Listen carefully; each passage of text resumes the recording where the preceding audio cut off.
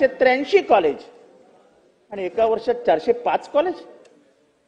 मलाही माहिती आहे की आपल्याला कोएलिशनचं कंपल्शन आहे, पण ते कंपल्शन तुमचं नाव खराब केलं इतक्यापर्यंत अंगावर घेऊ नका।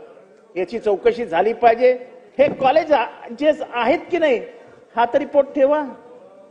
अध्यक्ष महोदय, आम्ही 2 आरोप केले।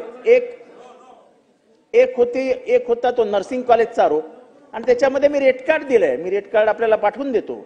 चंदनवालेचं रेट कार्ड, मुजावरचं रेट कार्ड, हिरेचं रेट कार्ड आणि कसे 50 लाख ते 1 कोटी घेतले गेले ह्याच्याबद्दलचं रेट कार्ड। दुसरं, नागपूर पोलिसांबद्दल आपण बोललात। खरं तर हा विषय हा फार गंभीर आहे, पण अध्यक्ष महोदय जी चादर जाळली गेली ती चादर दिली कोणी हो? कोण आहे हा प्यारे खान? आणि आपणही आंदोलन करत होतात आयुष्यभर, मीही आंदोलन केलं आयुष्यभर। आपण जेव्हा एखादा पुतळा जाळतो तेव्हा पोलीस पहिल्यांदा काय करतात तर आपल्या हातातनं पुतळा हिसकावून घेतात। मग असं काय झालं की ती चादर तिथे 15 मिनिट जळतच राहिली? ह्याच्यात पोलिसांचा निष्काळजीपणा नाही का? हा एक साधा प्रश्न महाराष्ट्रात विसरला जातोय। त्या दंगलीचं कोणी समर्थन करणार नाही, त्या चादरीबद्दल कोणी काही बोलणार नाही, पण ती चादर पोलिसांनी उचलली का नाही?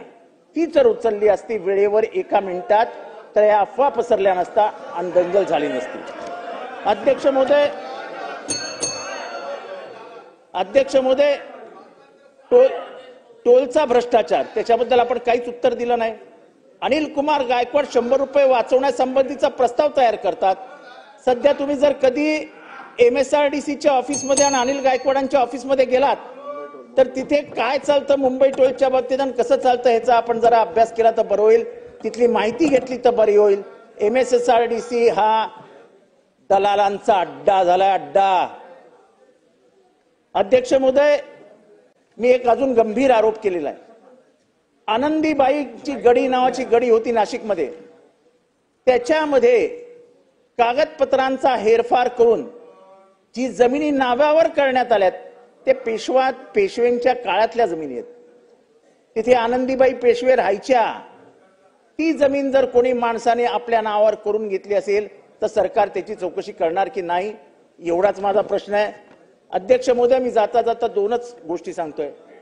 आपण पानिपतचं स्मारक उभारतायत, कौतुक आहे आपलं, पण पानिपतचं स्मारक का?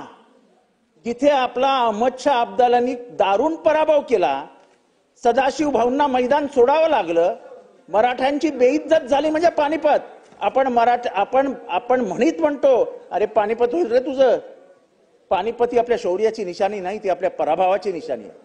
आणि म्हणून तिथे आपण करत असाल ते योग्य आहे, मला त्याच्याबद्दल आक्षेप नाही, पण पानिपतचं कुठलंही स्मारक ही पराभवाचं आठवण करून देणारं स्मारक आहे। कारण का पानिपतमध्ये मराठे जिंकले नाही तर त्यांचा दारुण पराभव झाला।